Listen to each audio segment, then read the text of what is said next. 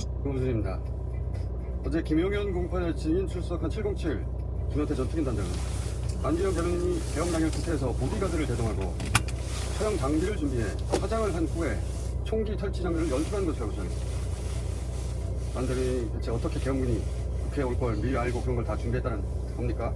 1년이 지나도록 내란숙의 1심 선고조차 이루어지지 않고 있으니 이제 계엄군 선도에 섰던 707 전 단장이 잠시 후 좌회전입니다.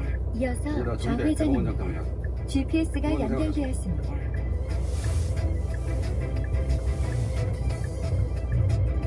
변호사는 힘들다고 민정입니다. 영상 보셨어요? 그런 거를 개소리라고 계속 멍멍. 이 내란 청산이 아직도 안 되고 1년이 넘다 보니까 내란 청산이 되기는커녕 지금 지현 판사가 진행하는 재판이 지금 개판이에요, 개판. 잠시 후 거기가 개판이니까 이렇게 개소리를 하는 거지. 방면으로 영상 좌회전입니다. 가장 최근 영상 하나 들어봅시다. 1km 앞 대안경로 분기점이 있습니다. 뒤에서 무시무시하듯이 말씀하는 거예요. 저희가 그런 말씀 저자리에 시범 작가가 이신 변호사님께서 계속 뒤에서 판사가 웃음이 나와죠. 무시무시하지 않습니까? 그렇기 때문에 어른들의 이 책임을 반드시 주심을 마친 이후에 책임을 질 거예요. 주심에 대해서는 제가 개판이라고 말하는 게 과장이 아니에요. 여기 내란 재판을 저렇게 하고 있어. 저러니 노상원 씨도 법정 우습게 보고 707 전 팀 단장이라는 사람이 나와가지고 그런 개소리를 하는 거지. 그래서 어제 대통령과 회동한 정청래 대표가 내란 청산을 다시 한번 강조한 겁니다. 그렇습니다. 어제 광주 김대중 컨벤션 센터를 찾은 정청래 대표는 1단계 사법 청산과 2단계 경제적 청산, 3단계 문화적 청산까지 흔들림 없이 나아가야 한다고 강조했습니다. 그 영상 있으면 전해봅시다.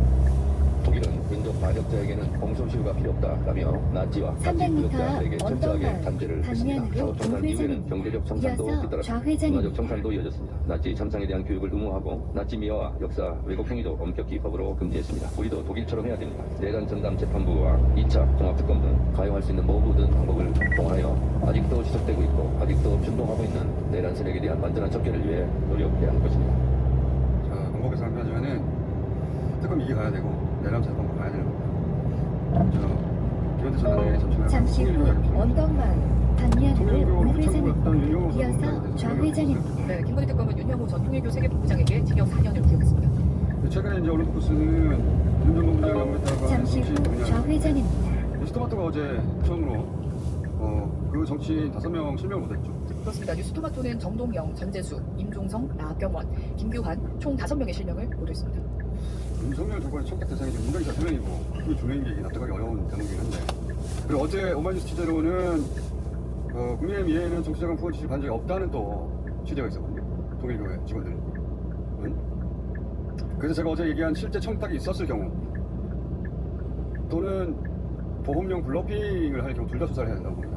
어쨌든 거론된 정치인 중에 지금 현직 장관이 2명이나 되는데 전재수 장관, 정동영 장관 두 사람 모두 전면 부인하고 있어요. 그렇습니다. 전재수 장관은 오늘 새벽 해외 출장에서 귀국하는 공항에서 장관직 내려놓고 허위 의혹 당당하게 대응할 것이라고 있고요. 정동영 장관은 자신의 인격을 믿어달라며 오늘 입장을 밝히겠다고 하고 있습니다. 전재수 장관 방금 전에 장관 같은데 혹시 명상이나 오디오 있습니까?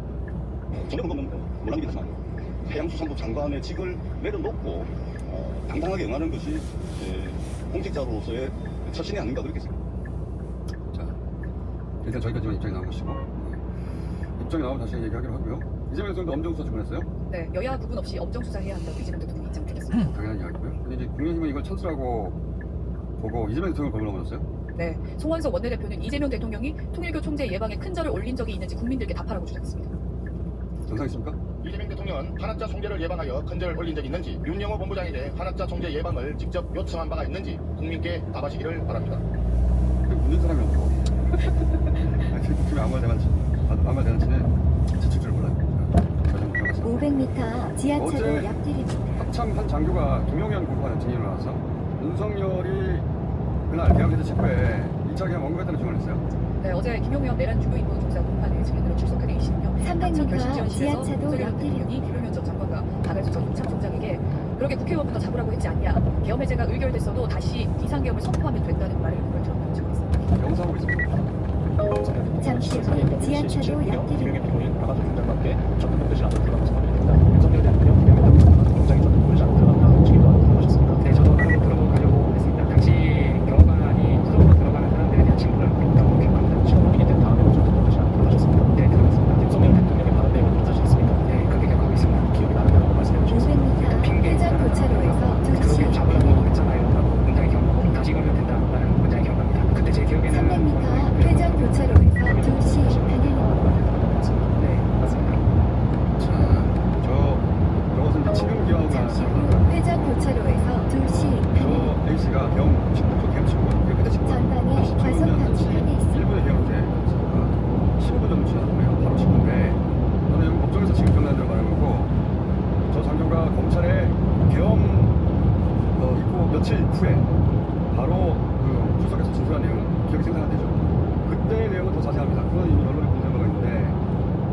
핑계라는 단어를 그거 핑계라고 되냐?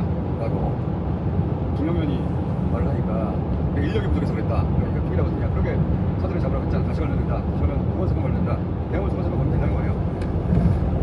자, 그리고 저거 전대칠 수도 있지만 당시 윤석열의 발언을 그대로 단체방에 올렸다는 거 아닙니까? 지금 상태였지만. 그렇습니다. 당시 윤석열 전 대통령의 발언과 상황을 그대로 올렸고 지금은 단체방에 설정했지만 당시 단체방에 있던 실무자 중 한 명이 지난 10월에 그 내용을 읽었다고 증언하고 있습니다. 그렇습니다. 윤석열은 2차, 3차 그냥 계속 하라고 그러고 지금 전면 보이라고 있는데 입만 열면 거짓. 이제 김현태 전 단장이 양반이 연경 대변인 미리 준비하고 있다가 총기 탄창을 연출했다고 주장하는 연출했다고 준비하고 있다가 그렇습니다. 미리 촬영을 준비했다가 총기를 빼앗는 모습으로 연출했다는 취지입니다. 그 영상 갑자기 나타나서 이제 총기를 탈취하려고 했고 그걸 아주 전문가들이라 볼 수 있는 독특한 기술로 이제 제지를 한 상황입니다. 사실 박근혜 대변인이 처음에 나타나서 덩치가 큰 보디가드들을 데리고 왔고 촬영 준비를 해서 직전에 화장까지 하는 모습까지 나타납니다. 그러면서 이제 연출된 모습으로 총기를 탈취하는 모습이 됐는데 박근혜 대변인이 많이 억울했고 대국이 그들이 다시 한번 전화를 마치고 회담을 하고 우리가 너한테 우리가 최종 국민으로부터 총기를 뺏는 우리가 연출했다는 거 아니야? 그래서 사실 안경 대변인은 점집을 차려야지. 이걸 미리 다 알고 준비했다. 이거는 저희가 자세하죠. 저 때는 우리가 매일 아침 방송할 때거든. 지금 국민연대는 그 자리에 앉아서 저때 안경 대변인은 돈이 없었어. 지금 우리 방송에서 나온 것도 없어가지고 어떤 외모 같은 거 보디가드를 어떻게 사? 그리고 보디가드를 언제 산다는 거야? 500m, 70km 과속 단속 구간. 보디가 샀다는 거야 그러면? 별시 보디가드를 샀다는 거야? 10시 반에? 아니 되는 소리를 해야지. 그리고 안경 대변인이 저때 휴대폰 배터리가 다 됐어요. 500m 오른쪽 도로입니다. 화장을 붙일 수도 없었으면 소지품을 대변인실에서 선물하고 가방 안 들고 다니잖아. 아니 되는 소리를 해야지. 저희만 몹쓸란 말이야. 아무래도 무서워만 당한 것 같아. 잠시 후 70km 과속 단속 구간입니다. 저렇게 짜고 나온 거 300m 앞 오른쪽 도로입니다. 그래서 지금 그 사진은 그 장면이 연출된 겁니다. 다시 한번 봅시다. 연출된 겁니다라고 하는 거예요. 잠시 거기 후 오른쪽 도로입니다. 유튜버들이랑 카메라 있잖아요. 저걸 이제 촬영 준비했다고 주장하는 거야. 이건 오마이티가 찍은 건데. 300m 앞 우회전입니다. 저 아침 입고 왔단 말이야. 진짜.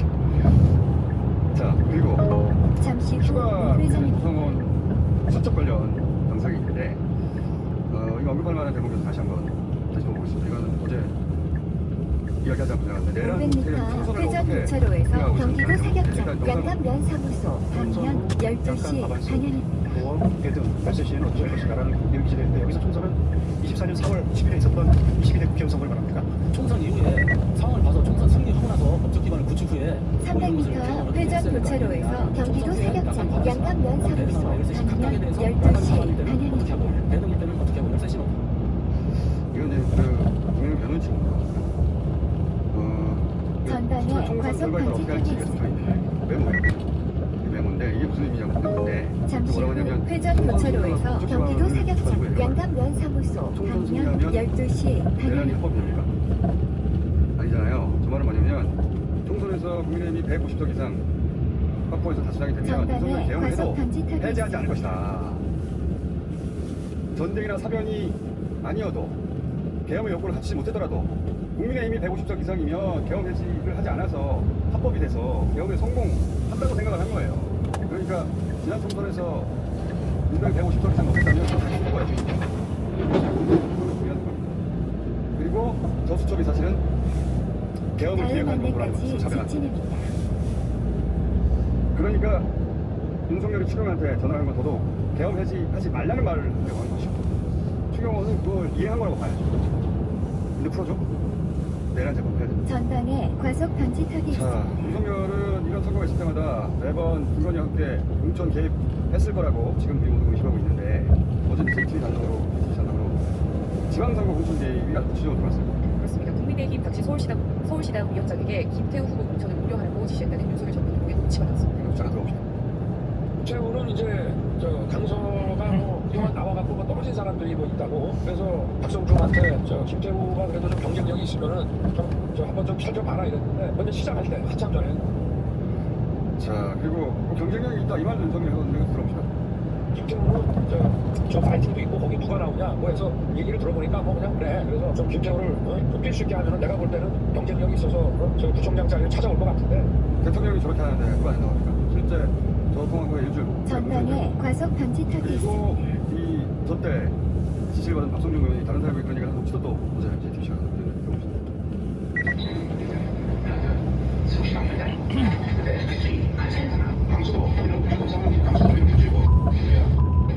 윤석열이 답변을 붙였다는 게 그 사람만 있다는 얘기가 아니고 이 강서구청장 김정호 전방에 과속 방지턱이 있습니다. 말이 많았어요. 왜냐면 1심에서 징역형 선고가 났거든요 이미. 그래서 공천을 했어. 그런데 대법에서 나중에 유죄가 확정돼서 1년도 안 돼가지고 구속돼서 나갔단 말이죠. 그런데 세상에 윤석열이 이 사람을 사면을 시켜서 똑같은 자리에 보궐에 다시 출마를 시켜요. 이게 이런 미친 정말 세계 정치사에 전무후무합니다. 뭘 처먹은 건지 이게 말도 안 되는 소리거든요. 진짜 500m, 왼쪽 공천도 말이 안 30km 됐는데 신호 위반 따라갔어요? 과속 단속 그 구간. 사람을 대통령 권한 참여를 시켜요? 그런 다음에 그 사람들의 생긴 보궐선거 그 사람 또 보내요. 또 줬죠. 와. 그리고 이제 김태 말고도 미친 사람이지. 전성수 전방에 소속 과속 사람도 방지턱이 있습니다. 우리의 구속계획에서 놓지 않았어요. 네, 윤석열 전 대통령이 잠시 직접 후 어린이 서울시장 보호구역입니다. 위원장을 통해서 제한 속도를 전속 준수하세요. 지시했다는 취지의 녹취가 나왔습니다. 들어봅시다. 대통령 시키는 당으로서 얘기하는데 다 보고 다 됐으면서 있다. 또 한 번. 당장 오더라고. 만개 체인하면서 했을 거지. 그때 그랬어. 아 분위기 보니까 더 전방에 과속 방지턱이 있습니다. 근데 이제 여론조사 해보니까 다른 것보다 더 높아. 그러자 윤석열이 다시 잠시 하려고 후 하자는 거예요. 30km 신호 위반 과속 단속 구간입니다. 요 대목 있습니까? 혹시? 민주당 어떻게 되는 거야? 나온 사람. 그런 거 내가 어디고 있는데 대통령 시키는 거야. 무슨다. 전수 주라고. 내가 뭐라고요? 주라고. 그래서 줬어요 결국 또. 근데 이 과정에서 김건희 씨 이름이 등장합니다. 이거 들어봅시다. 이건 예산을 그때 잡아가지고 그쪽으로 쫙 해서 이 앞에니까 온 그 사모님을 통해서 막온 데로 막 달려있어요. 명태균 씨가 그랬거든요. 공천 절반 자기 거라고. 다시 한번 들어봅시다 오랜만에. 김건희 여사는 캠프에 간 게 아니지 않습니까? 예. 포괄 콘텐츠 있었거든요. 네. 여사님께서 좀 목소리가 좀 많이 크시더라고요. 그래서 제가 물어봤어요. 그랬더니 우리 오빠하고는 5대5다. 5대5다. 뭐가 5대5냐? 인사, 공천. SNS도 있죠. 인사, 공천 5대5다. SNS 좀 떼어주세요. 자, 인사, 공천을 5대5로 나눴다. 실제 5대5가 아니라 5대5보다 더 많았을 것 같긴 한데 이왕 절반이라 하더라도 절반은 어떻게 나눠줬겠어요? 돈 받고 라고 강력히 의심이 되죠. 지방선거 예를 들어서 기초단체장 공천 받으려면 총무이 얼마나 있겠어요? 자, 3억일까요? 30억일까요? 30억씩이에요. 30억 넘습니다. 어마어마한 공천 흥행이 김건희 쪽으로 갔을 거라고 저는 강력히 의심하고 참고는 김건희 씨 가족일 거라고 의심하는데 이게 진짜 특검이기에 수사 대상이죠. 이 공천 관련해서 안 그래도 명태균 씨 때문에 의혹이 불거지니까 윤석열이 작년 11월 달에 기자회견 했었잖아요. 자기 전면 부인했지. 그렇습니다. 2024년 11월 7일 기자회견에서 인수위 때는 바빠서 왈가왈부 할 수도 없었다고 공천 개입을 전면 부인했었습니다. 영상 있지 않습니까? 봅시다. 당에서 진행하는 공천을 가지고 제가 말가불가 할 수도 없고 저는 저 나름대로 고3 입시생 이상으로 바빴던 사람입니다. 입만 열면 거짓말. 진짜 입만 열면 새빨간 거죠 자, 오늘 여기서 마무리해야 될 건데 마무리하기 전에 지방선거 관련 뉴스가 점점 많이 나올 거거든요. 그런 흐름에서 나온 뉴스인데 국민의힘에서 이제 한동훈 당계 게시판 사건 가지고 당무 감사위가 중간 발표를 했죠. 그렇습니다. 국민의힘 당무감사위원회는 한동훈 전 대표 가족 이름과 동일 이름을 쓰는 ABC가 있는데 휴대전화 끝자리 4자리가 동일하고 D는 재외국민 당원이라는 등의 내용을 발표했습니다. 이게 이제 한동훈 전 대표 부인 장모 장인 딸 이름과 이 ABC들이 같거든요. 그러니까 이제 한동훈 전 대표가 자기 가족을 총동원해가지고 게시판에서 윤석열 김건희 보냈다는 이런 찌질한 이야기예요. 사실인지 아닌지 모르겠는데 그걸 밝히겠다고 하는 거예요 지금 이 마당에. 그러자 이제 당연히 한동훈 전 대표 가까운 사람들 반발하고 또 한편 장희찬 당권파라고 하죠. 수사 오히려 해야 된다고 하고. 근데 이 당무감사위원장은 당경 대표가 2달 전에 임명한 사람이고 윤호기로 알려진. 이게 이제 그런 있다는 게 무슨 얘기냐면 얼마 전에 국민의힘에서 지방선거 경선을 당원 7, 여론사 3으로 바꿨다. 바꾸려고 한다 얘기했잖아요. 예. 그리고 지난달에 국민의힘 윤리위원장이 교체했어요. 이거 사람들이 많은 사람들은 주목하는 뉴스인데 원래 윤리위원장이라는 사람이 김종혁, 한동훈 개입니다. 김종혁 전 최고위원 징계를 제대로 했어야 되는데 그렇게 경고만 줬다고 그냥 걸 교체한 거예요. 그러면서 새로운 윤리위원장이 온다면 누가 가장 큰 영향을 받느냐? 오세훈 씨. 왜? 국민의힘 당원 당규상 기소가 되면 선거 때 후보 자격을 윤리위원장이 따지게 돼 있어요. 후보 안 될 수 있다니. 그리고 이 단계 사건이 나온 거예요. 이 흐름에는 공통점이 하나 있어요. 매우 공교롭게도 다 나경원 의원에게 유리하다. 오세훈 시장이 국민의힘 서울시장 후보 안 되면 누가 될까요? 나경원 의원이 나온다면 대단하겠다. 그런데 경선은 누가 바꿨어요? 누가 바꿀 수 있습니까? 나경원 의원의 차기 대권 경쟁자가 누굽니까? 한동훈. 그런 지방선거 관련한 권력 투쟁 하고 있습니다. 500m 10시 방향입니다. 그런 일이 벌어집니다. 500m 10시 오늘 방향입니다. 여기까지 하겠습니다. 동선은 힘들다 범인정이었습니다.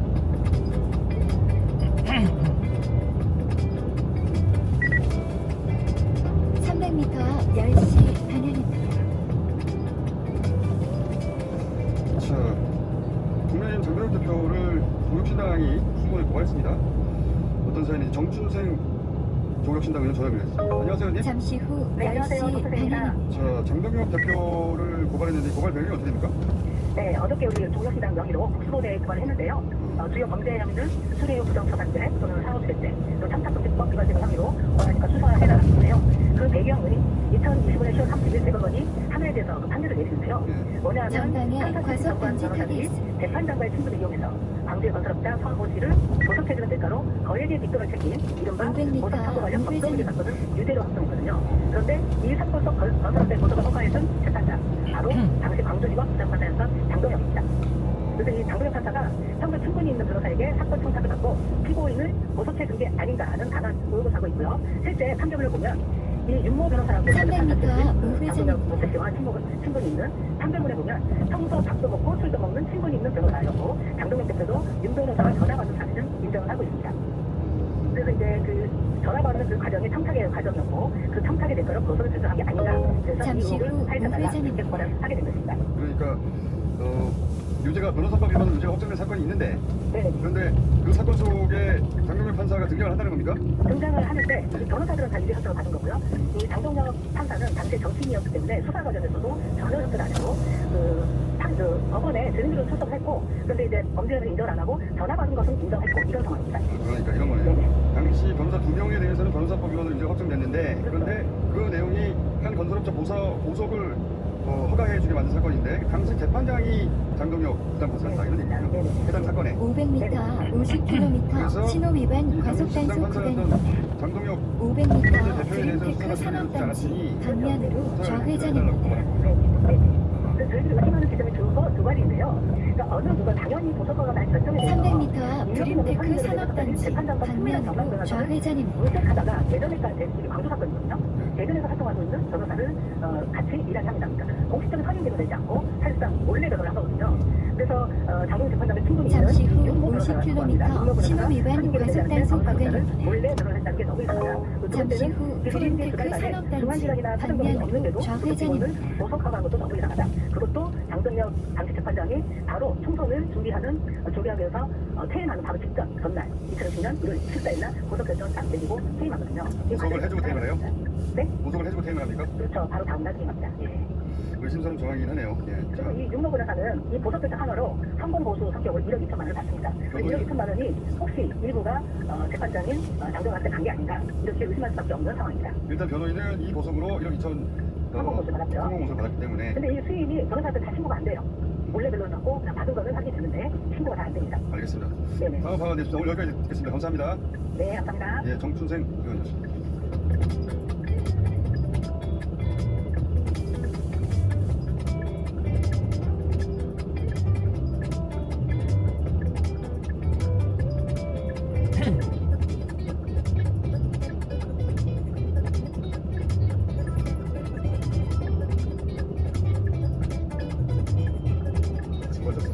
자, 최근에 이제 쿠팡 관련한 또 뉴스가 지금 있는데 보통 사기업 사건을 저희가 다루지 않는데 이 사건은 대관, 소위 이제 정치권에 대한 그 정부에 대한 로비가 통상의 규모를 뛰어넘어서 이건 수십 사건이 나오고 누구를 모시려고 했는데 한 번만 붙여 안 하시고 김성원 의원 안녕하십니까? 네, 안녕하세요. 오늘 박광배 의원님 대전에서 차 타고 오시기로 했는데 차 타고 놓쳐가지고 기차 아니세요? 아직도? 500m 좌회전입니다.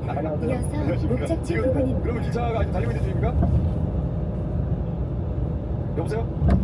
들렸다 하고 있어. 네, 합니다. 기차가 아직 달리고 있는 중이고 예, 예. 몇 분에 하차하십니까? 49분쯤 될 것 같습니다. 300m 앞 좌회전입니다. 이어서 목적지 부근입니다. 발언 기회를 좀 덜 드리겠습니다. 덜 드리겠는데 네. 이 쿠팡이 이게 주셔야 될 것 같은데 저는 처음에 그냥 여러 인터뷰를 사건들이 정부 수사가 있었고 유사한 사건들이 있었고 다만 국가가 이제 그 노동조 사망 사건이 인연이 많았었는데 좀 이상하다 탈속 사건이 있네 이 정도로 인식하고 있다가 최근에 이제 밝혀지고 보니까 대관팀이 따로 있었다는 거 아니에요? 어마어마한 팀이 있었는데 이 팀이 사무실을 쿠팡이라고 수사하면서 별도로 비밀리에 사실상 목적지 문제입니다. 부근입니다. 쿠팡 전 대표이사 총괄이 이제 강한생 대표가 수건여선 13기고 저희가 같은 대표가 김현장 출신이고 그래서 이 양반이 이제 기업 운영을 할 때 근데 오늘과 같은 이런 대규모 개인정보 유출 사태를 막으려면 그거 막기 위해서 보안 비용을 투입을 해야 되는데 매출액의 0.6%가 투입을 다른 기업을 증가합니다. 그리고 나서 발생한 사고를 대관으로 로비로 대관이라는 건 로비인데 네. 그렇죠. 윤석열 정부 때는 성공했죠. 성공해가지고 그 이상한 사건이 있다라고 현재 검사가 보고까지 했잖아요. 그렇습니다. 네. 근데 이제 퇴직금 관련된 뭐 근로기준법 위반 그 목적지 수사에 부근입니다. 있어서도 안내를 종료합니다. 무혐의를 갖다가 하라고 압박을 가한다든가 그다음에 어떤 사고가 발생해도 제대로 된 수사가 없다라고 하니까 또 쿠팡이 이번에 유출이 4번째거든요. 개인정보 유출되면 가진금을 매겨야 되는데 가진금이 갑자기 막 4분의 1로 줄어든다. 이런 일들이 많이 있었는데 노동청 이슈가 있으면 노동청 출신의 사람들 쓴다든가. 그렇습니다. 언론 출신들도 있고요.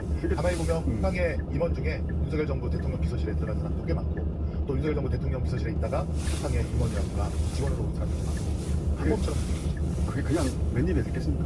맨입에 물론 이제 대관하면서 여러 가지 로비가 있었을 것으로 이게 지금 돈 얘기까지는 안 나오고 우선 이런 대형 쇼핑몰의 CEO가 법조인이라는 것도 너무 이상하잖아요. 이상합니다. 그다음에 윤석열 대통령 시절에 어디 가면 행사하면 쿠팡 그걸 따라갔죠. 그리고 축구까지 그런 식으로 그 윤석열 기간 동안 쿠팡이 유난히 크게 성장했어요. 크게 성장했습니다. 근데 그 사이